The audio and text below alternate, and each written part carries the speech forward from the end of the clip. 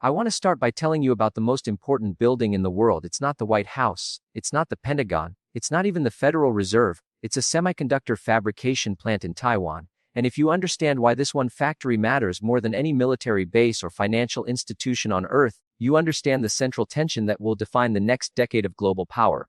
Most people think the US-China competition is about trade deficits or human rights or ideology. But in my study of the last 500 years of great power transitions, I've learned that these conflicts always come down to one thing: control over the critical technology of the era. For the Dutch, it was shipbuilding. For the British, it was steam engines.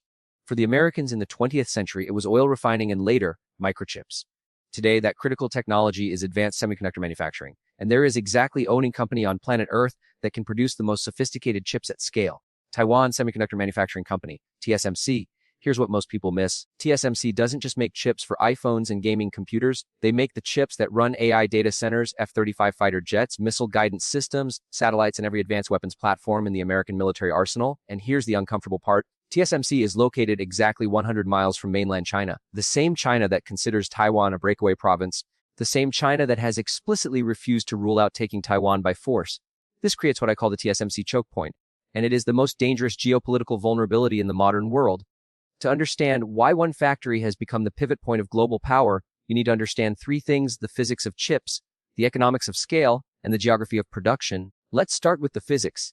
Modern advanced chips are built on what's called a process node measured in nanometers. The smaller the number, the more advanced the chip. The more transistors you can pack into the same space, the more computing power you get. Right now, the cutting edge is 3 nanometers. To put that in perspective, a human hair is about 80,000 nanometers wide. We are etching circuits onto silicon that are thousands of times smaller than a virus. This requires machines that cost $150 million each.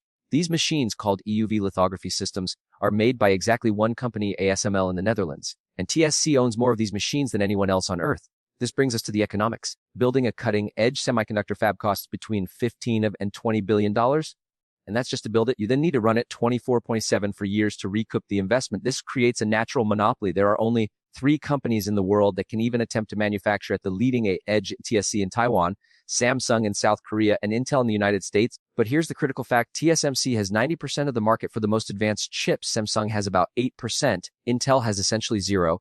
Intel, the American company that invented the microprocessor, can no longer compete at the cutting edge. Now let's talk about geography. TSMC's most advanced fabs are all in Taiwan. Specifically, they're in the Hsinchu Science Park and the Southern Taiwan Science Park. I've been to one, I've walked through Taipei, and when you're there, you realize how small the island is. It's about the size of Maryland. The Taiwan Strait that separates it from China is only 100 miles wide. The entire global technology stack, the foundation of American military power, the infrastructure of AI development, depends on factories that are within range of Chinese missiles. This is the choke point. Let me explain how we got here. Because this wasn't inevitable, this was a choice. In the 1980s, the United States dominated semiconductor manufacturing. Companies like Intel, Texas Instruments, and Motorola built their chips in America. But then something changed. American companies discovered they could outsource manufacturing to Asia and focus on design. The logic was simple: manufacturing is low margin, capital intensive, and requires managing thousands of workers. Design is high margin, asset light, and requires a few hundred brilliant engineers. So American firms became fabless.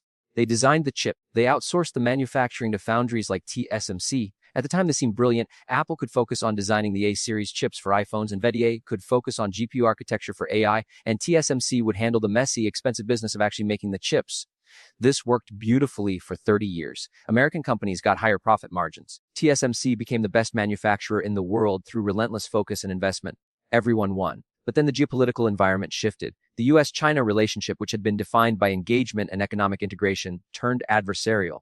And suddenly, American policymakers woke up to a terrifying reality. If China took Taiwan, or if TSMC's factories were destroyed in a conflict, the entire American economy would collapse. Not slowly, not in years, in weeks. Let me give you a specific example. The F-35 fighter jet, America's most advanced weapons platform, contains chips made by TSMC. The Patriot Missile Defense System, TSC chips. The servers that run Amazon Web Services, Google Cloud, Microsoft Azure, TSMC chips. I spoke to a supply chain analyst at a major US defense contractor. He told me, and I'm paraphrasing, if TSMC's fabs went offline tomorrow, we would run out of critical components in about 90 days. After that, we couldn't build new systems. We'd be flying museum pieces. This is the vulnerability, and Beijing knows it. Now, let's look at this from China's perspective, because understanding their calculation is critical. China is currently stuck at what I call the 14-nanometer trap. They can produce chips at 14 nm and above domestically. Companies like SMI have figured out how to do this, even without access to the most advanced Western equipment. But they cannot produce FundNAM or Thurnam chips at scale. They don't have the EUV machines. The United States has successfully pressured the Netherlands to block ASML from selling those machines to China.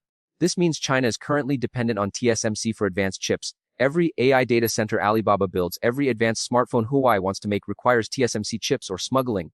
So China faces a choice. They can either accept permanent technological subordination or they can take Taiwan. And this is where the TSMC choke point becomes the most dangerous flashpoint in geopolitics. Because for China, controlling Taiwan isn't just about national pride or historical grievances. It's about controlling the technology that determines whether they remain a second-tier power or become the dominant power of the 21st century. Here's the paradox. The United States has made it very clear that it would defend Taiwan in the event of a Chinese invasion, but the nature of TSMC's factories makes defense almost meaningless. Why? Because you can't defend a semiconductor fab in a war zone. These facilities require absolute stability. They operate in clean rooms where a single particle of dust can ruin an entire batch of chips. The vibrations from nearby explosions would render the EUV machines inoperable. In other words, if China invades Taiwan, TSMC's fabs become useless whether China wins or loses. The knowledge might survive, the equipment might survive, but the operational capability would be destroyed. This creates a nightmare scenario for everyone. The United States loses access to advanced chips. China gains nothing because the factories are wrecked. Taiwan loses everything. And the global economy collapses because virtually every advanced electronic device depends on those chips. Some analysts call this the scorched silicon scenario.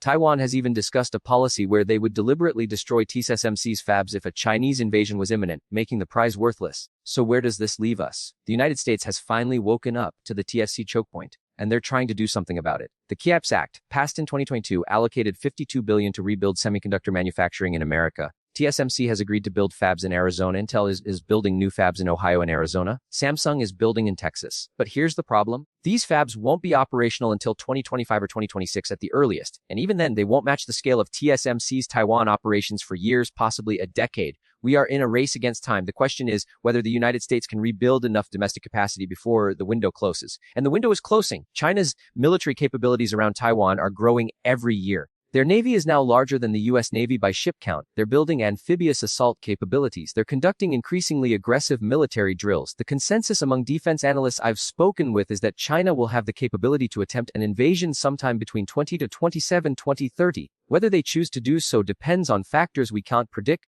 leadership decisions, economic conditions, domestic political pressures. But the capability will be there. And as long as TSMC remains the choke point, the incentive to act remains.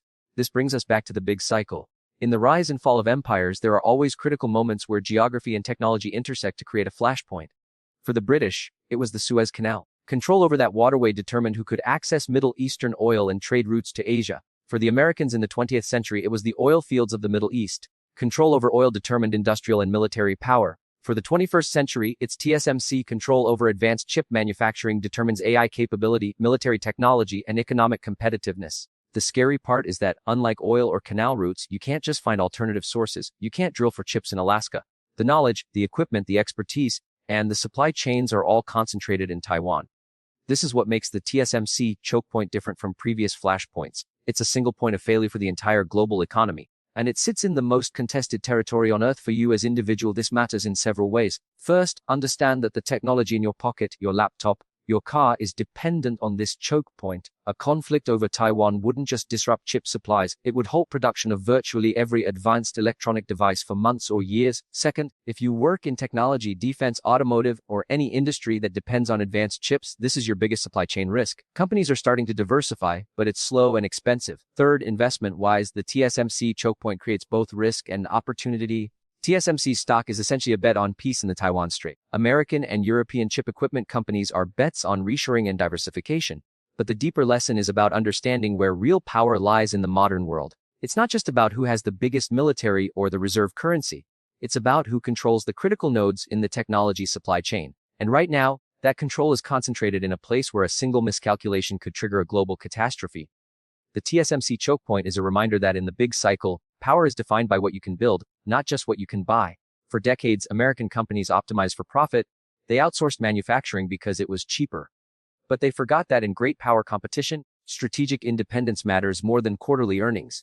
The bill is now coming due. Whether we can rebuild our manufacturing base before the crisis arrives will determine not just the outcome of the US-China competition, but the shape of the global economy for the next century.